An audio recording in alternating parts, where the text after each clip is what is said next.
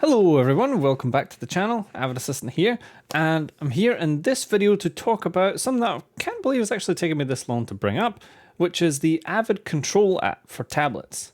Now this app is an incredible pairing, not just to Avid Media Composer, but also to Pro Tools, as well as many other applications actually. But of course it really shines when paired with Avid's products, where we can have a live mixer to make audio gain changes with all the sliders for all tracks. We can have meters readouts if we just want to monitor all of the tracks, get information on all audio channels, programmable soft keys that we can use to trigger actions within the app, or even put together our own specific macros to build complex workflows. And the best of it is that this app is completely free to use. All you need is a tablet.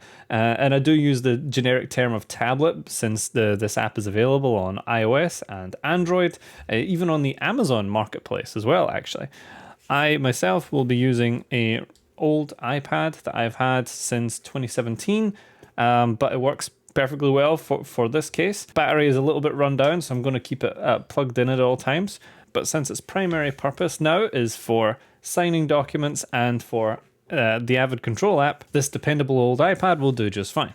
In fact, this app has tons of controls and functions that I've myself have never really used, like customizing EQs and panning right within this really amazing user interface. But for my video, however, I'm going to be sticking to what I know. So I'm going to be showing you where you can get the app, how to set it up and pair it with Media Composer. I'm going to give a demo of making changes using the live mixer. I'll show off the various monitoring options, and we'll take a good look at the soft keys as well, in terms of adding new keys, naming them, the different layout, as well as customizing some basic macros. But that's enough of an introduction. Let's get started.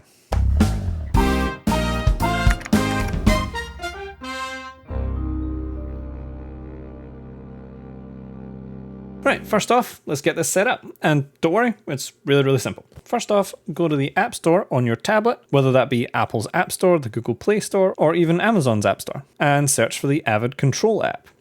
Now, once you have that downloaded on your device, we'll also have to download an app called EU Control on the machine that you want to pair it with. So EU Control is the application that's going to manage the connection, the translation between your tablet and the computer, and the various apps that, Avid Control can work with. And we can download this from Avid's website. So here I am on Avid's website. I have logged in. I'm just going to click on Account and then Download Center. And then it keeps reminding me about my Avid Master account, but I can just go My Products and hit Download Center again if it brings you there. And here you'll find a list of all the Avid products available to you to download. And we want to find EU Control, which is here. So click on EU Control.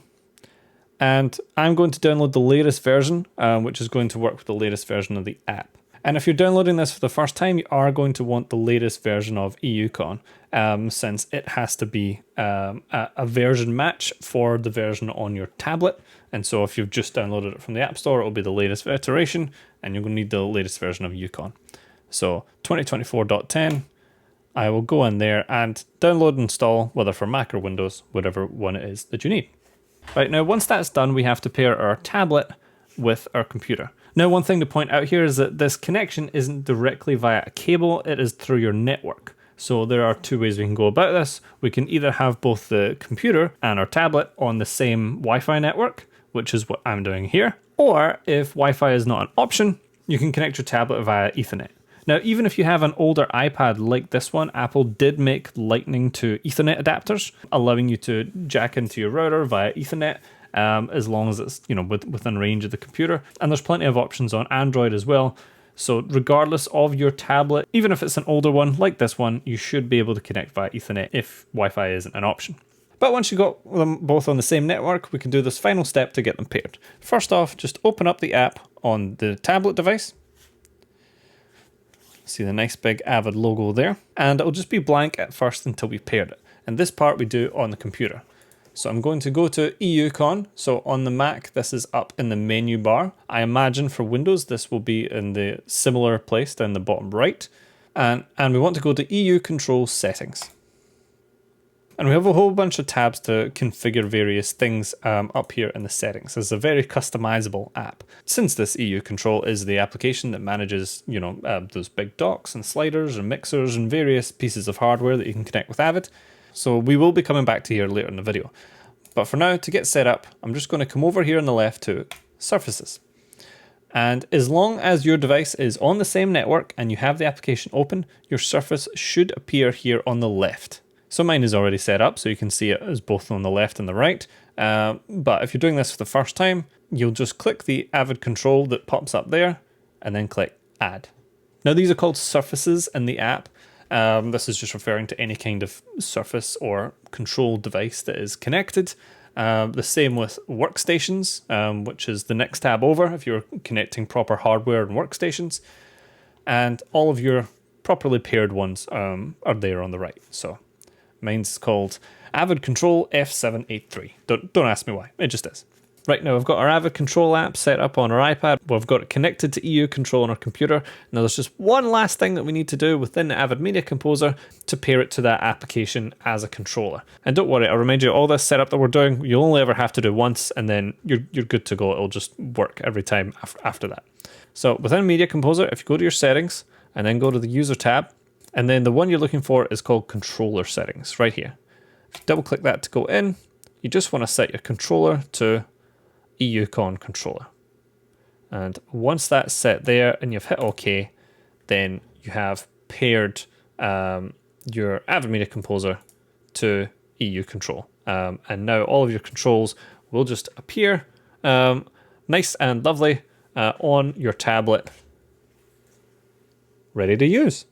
And I can begin to control and mix my timeline just using my tablet here. So I could use the play button to play through my timeline.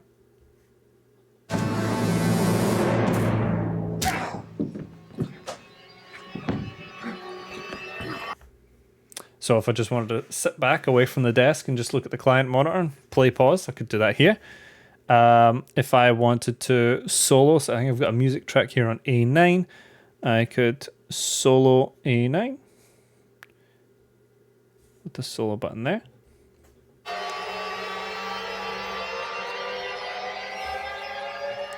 Or likewise, if I wanted to mute that track,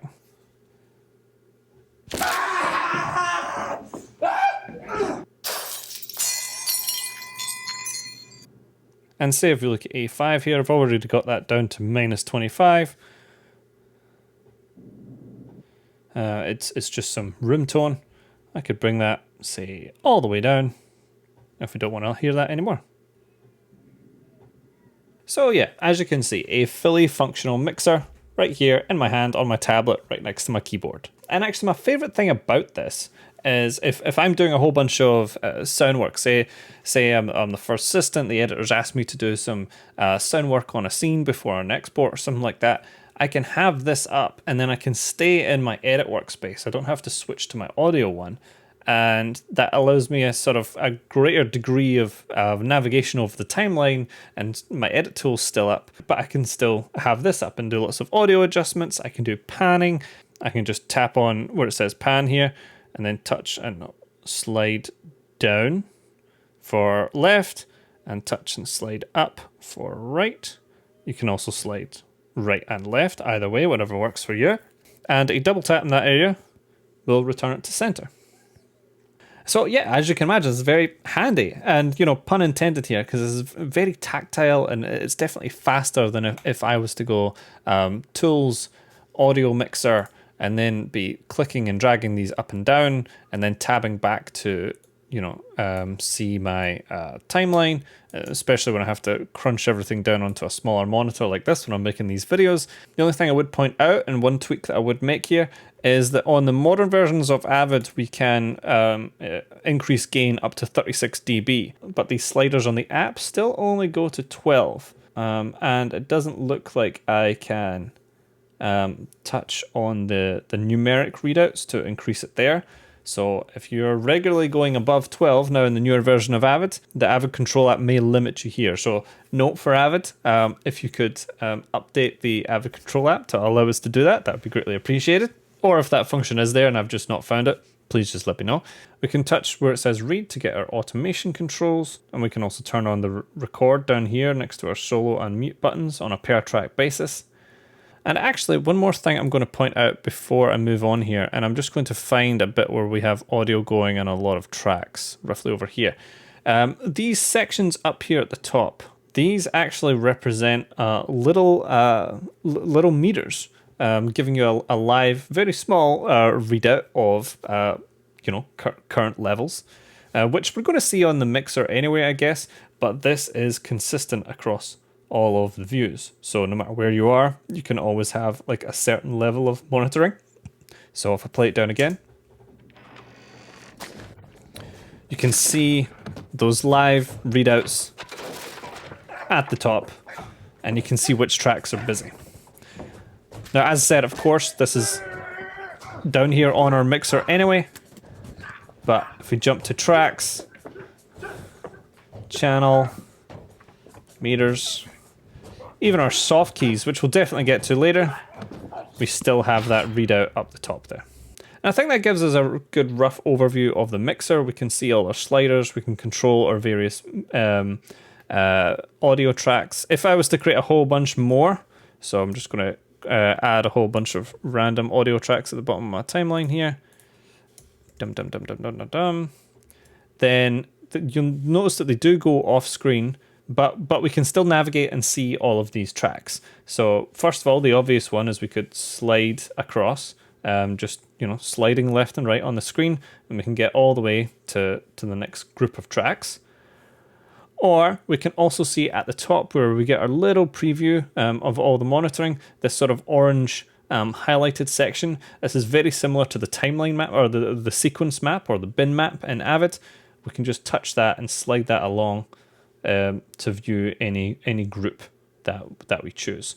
So yeah, it's still very quick to navigate, no matter how many tracks you had. I mean, maybe if you're in Pro Tools and you had tons and tons and tons of tracks, you might want to get a bigger iPad, but it is still fairly simple to navigate through them all. Which leads us nicely into our next tab up here, Tracks, which from what I can tell seems to just be an overview of all your tracks. We can select different audio tracks to enable and disable them in Media Composer. You can see A1 being turned on and off in the timeline there. As I touch it, we can very quickly enable controls across a bunch of tracks. So say I wanted to just mute tracks 4, 5, and 6. I can tap mute down here and then touch 4, 5, 6, and those three are very quickly muted. I'm just going to undo that. Same obviously with solo. Say I'm going to do 1, 2, 3 is very quickly soloed. Then I can just tap clear down here, and it's going to clear those for us as well. So yeah, this is a handy overview showing us all the tracks that we currently have.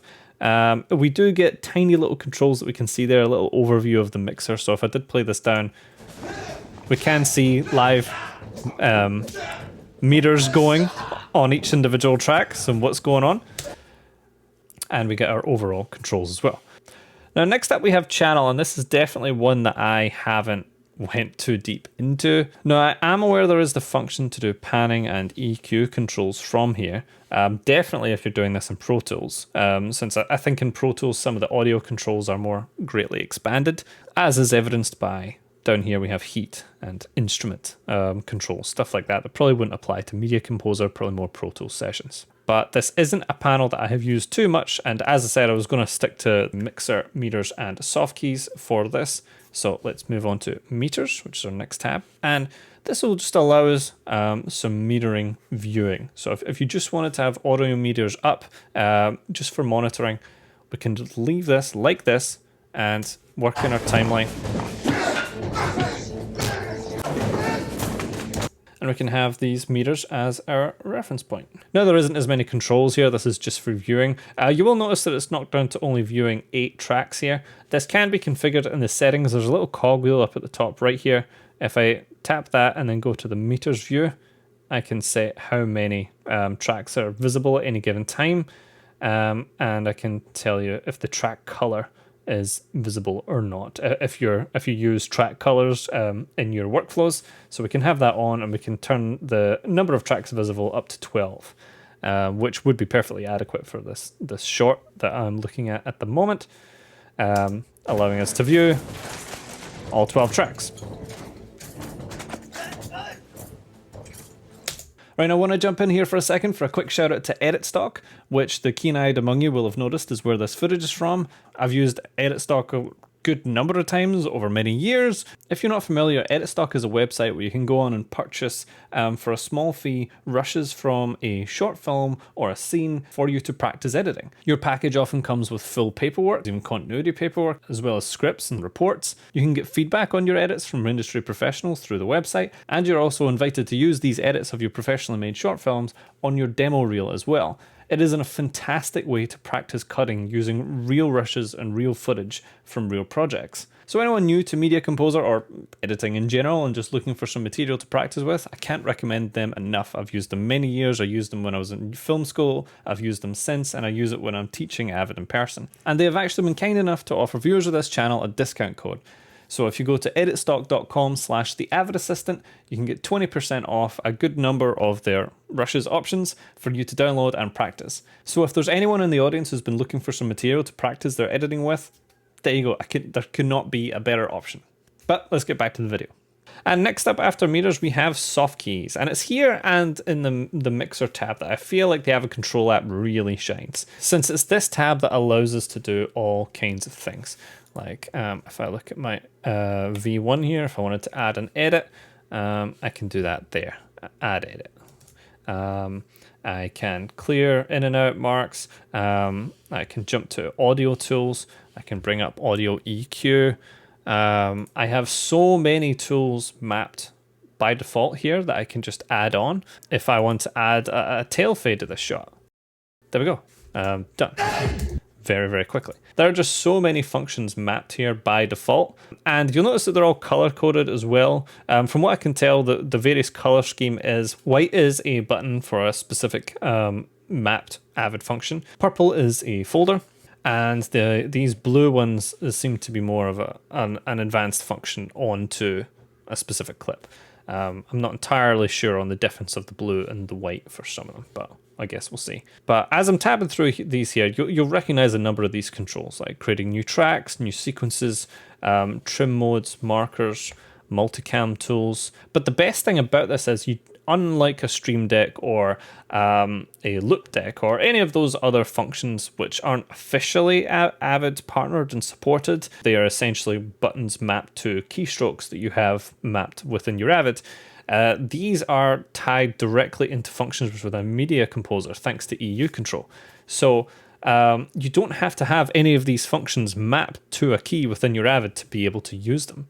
So you could set up soft keys like this to do extra functions, even if you don't have any keys left in your mapped keyboard from Media Composer. So like swap camera bank and next clip and group, quad split. Quad split, definitely. I don't have mapped to a key in my Media Composer, but I can do it here because of this, which is a really, really neat function, especially in Media Composer where we only get the basic keyboard and then we get shift modifier. So I've met numerous editors who have ran out of keys to map and are looking for more functions. So this is a really good way to do it if you have any kind of old tablet lying around that could be used for this purpose. It's just a really amazing way to do it. But if we swipe all the way to the right here, here's 3 buttons that I actually added myself last night when I was playing around with this. So one is reveal media file. So if I click a clip here and then I hit reveal media file, it brings up the media file in Media Composer. And you'll notice as I did that, as the application switched to Finder, all of my soft keys changed to show Finder controls as well. This is something that I'll circle back to in a minute, but EU Control actually does feed into a lot of different apps. I've used it with Final Cut 10, Safari, Finder, and it gives you lots of soft keys and the ability to customize and add more on a per application basis, but there's always a great many there by default as it is. And as I alluded to earlier, this is not just individual keystrokes or functions that you can add. We can also add basic macros into the mix here as well. So I've made a really simple one here, which will just do +10 and jump ahead 10 seconds. So if I hit that while I'm on my timeline, you can see it types out very quickly in the record monitor and then jumps us ahead 10 seconds. Very quickly with just a tap of my finger. So that's hitting plus on the numpad, typing in 10 dot to get to seconds, and then enter, all just in one little tap. Awesome. Oh, and one little thing that I'll point out before we jump back to EU Control and I'll show you how to add these soft keys. If I'm in any of these other tabs, there's a little soft keys button down the bottom left here. And say I jump back to my mixer, I want to do some mixing. If I tap that soft keys button, it replaces my play and transport controls with my soft keys. So I can use the up and down over on the right here to tab through these, giving me access to my soft keys that I really like to use while I'm, say, mixing. So I can tab between my workspaces, I can go to previous and go to next event here. I can play, I can do some match frames, all from this little bar of soft keys down the bottom here. So yeah, if there's only like a small handful of these soft keys that you really want to have available to you like all the time, but maybe the mixer's more important to you, then you could leave the mixer up, but have those soft keys down the bottom. And you could even have soft keys mapped as your transport controls on the bottom row as well. So you're not really losing anything at all there. You just get access to everything in one page, if that's what you wanted. But let's take a look at how we would customize and add some of our own soft keys and macros into this user interface. So back on the Mac here, I'm going to go to EU Control once again, and then EU Control Settings. And so here we are here. And now, as you might expect, we're going to jump all the way to the right here to Soft Keys tab, where we can see our soft keys. Now, at first, I'll admit, this can seem very daunting. It does look a bit more manual. It's not quite as user-friendly as something, say, the Stream Deck interface, for example, which I think is a good bit more intuitive and very quick to pick up. But I can definitely assure you that this isn't too complex at all, and once you know it, it's very, very simple, and then you're off to the races. So the main things that you need to know here is whatever application that you currently have open and selected will be the one that you're controlling. So the last application I was using before going to EU Control was Avid, so that's the one we're currently editing. Then along that same bar, we can import a previous set of soft keys that we'd already configured, as well as exporting our current one, and we can restore back to default as well from this row too. But the first main thing that I'm going to do before I get started here is set the section. So the two that we're going to deal with to do with the app is Control Lower and Control Center. You'll see that there's a number of other options here under this section, but a number of these are to do with other surfaces, like the S1 and the S3, for example. We're only really going to be dealing with the Control Lower and Control Center. The Control Lower being that lower bar that we can use in all of our tabs that I was just showing, and Control Center being our larger soft keys that we can see properly in the soft keys panel. Then just under there, just select which page you want to configure. So for now, 1 to 6 are our default set that is already there by default. 7 and 8 were already here as well as blank ones, like ready for you to configure. And 9 is one that I've added and started putting stuff on before I realized that 7 and 8 were already there for me to do that. So how about I'll just go to 7, just because that'll be easier to navigate to when we get back to the tablet. And we'll add a few keys here. So just select any area, select any key that you want to add on. And then we'll click up here on Command. And this is where we can add new commands and functions to that particular soft key. Now, under Command, we get several options here. So we get Surface, Page, EUCon, Wheel, and Key. So key, for example, will just be, type a keystroke. So if you just want it to type the H key, for example, which for me is mapped to add edit, then, there you go. Just put H in here, and that's what that soft key would do. But where EU Control really shines is our default mappable functions that we can add. So if we go back and just select Surface instead, then you'll see we get this branching tree of options. And essentially any function that we find within this branching tree and that we select is just going to get mapped to this key. So there's no command palette, there's no mapping to a keyboard function at all. It's just find the function that you want, click it, and then it will be assigned to this key here, and away you go. And since we've selected Surface, all of these controls here are going to deal with our individual surface, not so much the app. So if I select, up here under Visible View, I'm going to select mixer. Then I'm going to come out of here. We've got a mixer button. I'll go back to my tablet. If I tap mixer, it jumps us back to mixer. So that wouldn't be a particularly useful function for us to add, since we've always got mixer right up the top anyway. So I'm going to go back to soft keys and I'm going to delete that one. And I'm going to delete it by selecting it here, clicking Command again, and then we could hit delete. And so that's our surface, not one that I tend to use a whole lot, since I feel like the controls that we've already got within the app are adequate for navigating it. I don't need to add more soft keys just to navigate the app. Pages is exactly what you would think. This is just to cycle through your pages. So we can go jump to previous page, next page, or jump to a specific page.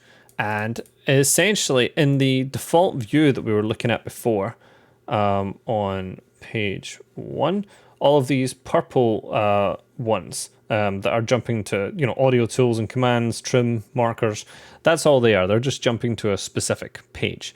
Since if I tap the more tools option here, you can see it just jumps to page 6. So instead of saying page 6, it's just giving you a headline of what's on there. So that's how they've done the basic layout. You could spend a great deal of time here and map out your own one and have it custom to exactly how that you would like it. I have this button just going to page 1 here, and page 1 is essentially the home screen. So if I wanted to, I could select that, and then under soft key label, I could change that to home. And then that's how that button would show here on my tablet. But I feel like I would have to configure a lot more of these soft keys and different screens before I would getting into adding page buttons. So let's take a look at something a bit more juicy. Command and EUCon. Now this is where the bulk of the commands that I like to map are located. So I'll go into, like, say, commands. From the timeline fast menu, I'm going to add the track control panel. Since this is something that I tend to go to the fast menu to turn on, even though I like it on and off at different times. So with that on, if I tab back to my Avid for a second, you can see just touching that toggles the track control panel. So it is that simple to map a key, really. And by default, it'll always name the key what the function is. And since these soft keys are quite large, you have room for the full text of what the function is. Although you could make an abbreviation of this if you wanted. Track control panel, if that made sense to you. But I think I'm going to stick with the full name for now. And just so you know, while we're here, you can change the font to any font that you like that you have installed, as well as the background color of the button, just with the other controls here. So if I wanted the track control panel to be white, just click in the middle, or red, green, yellow, whatever works for you. We'll go with a good old-fashioned Avid purple. There we go. Now back to our soft key command editor here. The only one of these from the main menu of commands that I haven't ever really found all too useful here with the Avid Control App is wheel.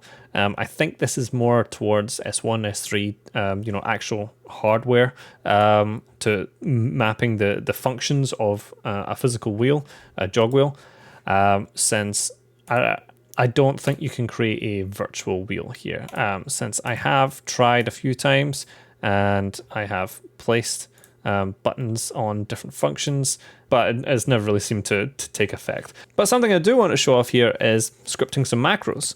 One macro, for example, that I have mentioned a number of times, like in my syncing video, was a macro to mark and subclip a clip that was on V1 and A1. So I'll make a little macro that will do the following. Turn off all tracks, turn on V1, mark V1, turn on A1, and then subclip. And so let me show you how to do that in the Avid Control App. So first off, select the button and we'll hit Command again. And I'm going to go to EUCon and I'm going to find turn off all tracks. Now, one thing that I will point out that would be really great for Avid to add here is a search function. Since cycling through these different menus to find the different function that you want to map can be a little bit tedious. They've done it, they've added it to the command palette in Avid. So if you could just add a little one here as well to search through all of this, that'd be greatly appreciated, since it's not there right now. And it may be here, but I can't seem to find deselect all tracks. So I'm going to do that one just from a hotkey. So I'll select what I've got here and hit delete. And I'll go to key. And then what I'm going to do is I'm going to enable Shift Command A. So you can see here we've got a summary of Shift Command A. So I'm just going to test that key first to make sure that disables all tracks.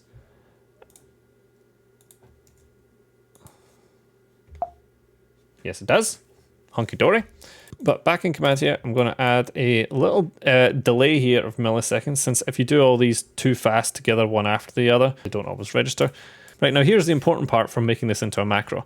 Once we've added any function to our soft key, if we go back to Command and add another one, it's going to stack them in a row down here, and then when we hit the key, it's going to do all of them just in order, progressively down from top to bottom. So I've done deselect all. Next, I want to select V1 and A1.